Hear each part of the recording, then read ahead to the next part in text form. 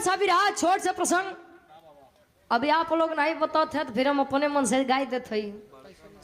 अगर कहानी सुनबा समझबा तो आशा नहीं पूर्ण विश्वास बा कहानी शीशा के जैसा साफ हुई।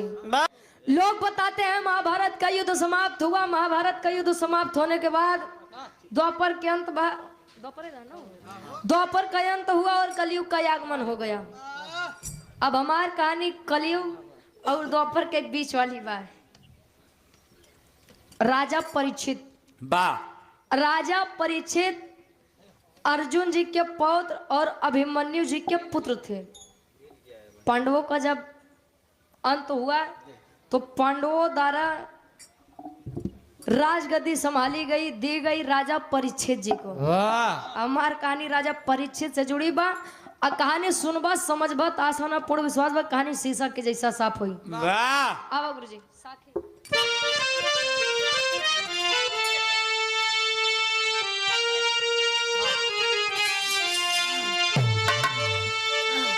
अरे तो राजा परीक्षित को जब तक्षक का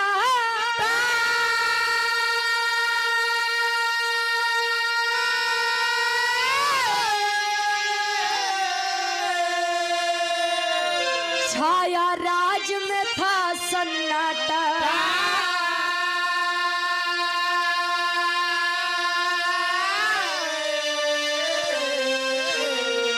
काटा बन के चुभते जन्मे जैसा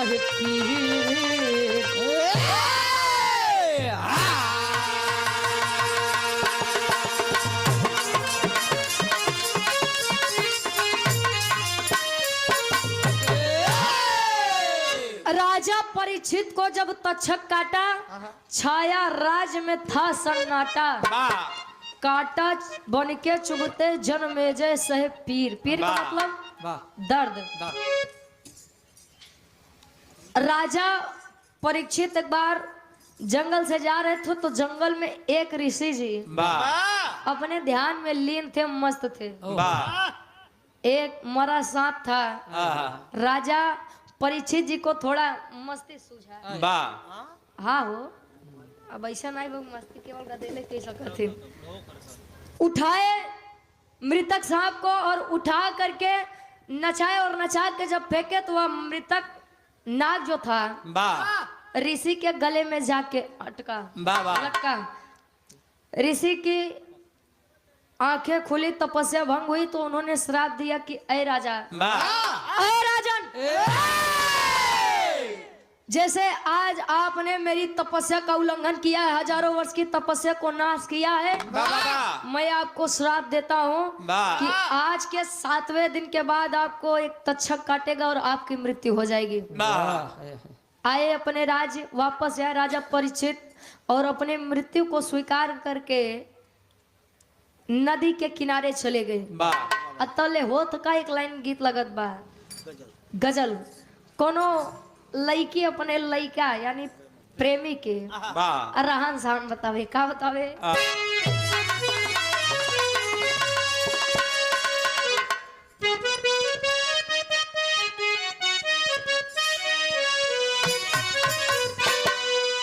लड़किया कहे अरे तुम मेरा महबूब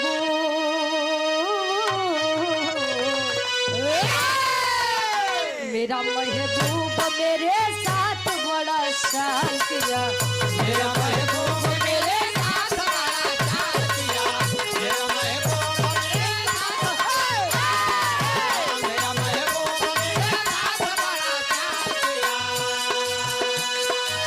मेरा महबूब मेरे साथ बड़ा चाल किया। मेरा महबूब मेरे साथ बड़ा चाल किया।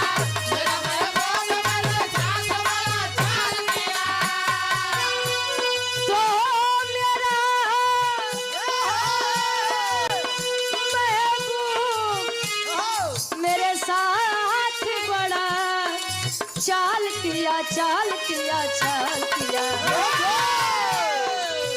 प्यार मांगा था प्यार मांगा था झोली में गम को डाल दिया।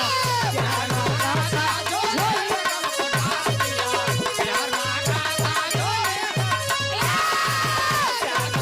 था झोली में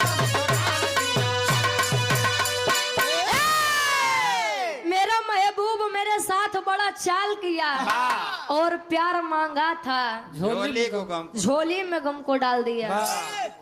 और आज के समय में जाना था, अगर कोनो चीज बिना मेहनत के मिल जाए तो लोग ओकर कदर नहीं करते। चाहे रुपया पैसा धन दौलत हो, चाहे आज का प्रेम हो, अगर ये सब बिना मेहनत के मिल जाए, बिना परिश्रम के मिल जाए तो लोग ओकर कदर नहीं करते।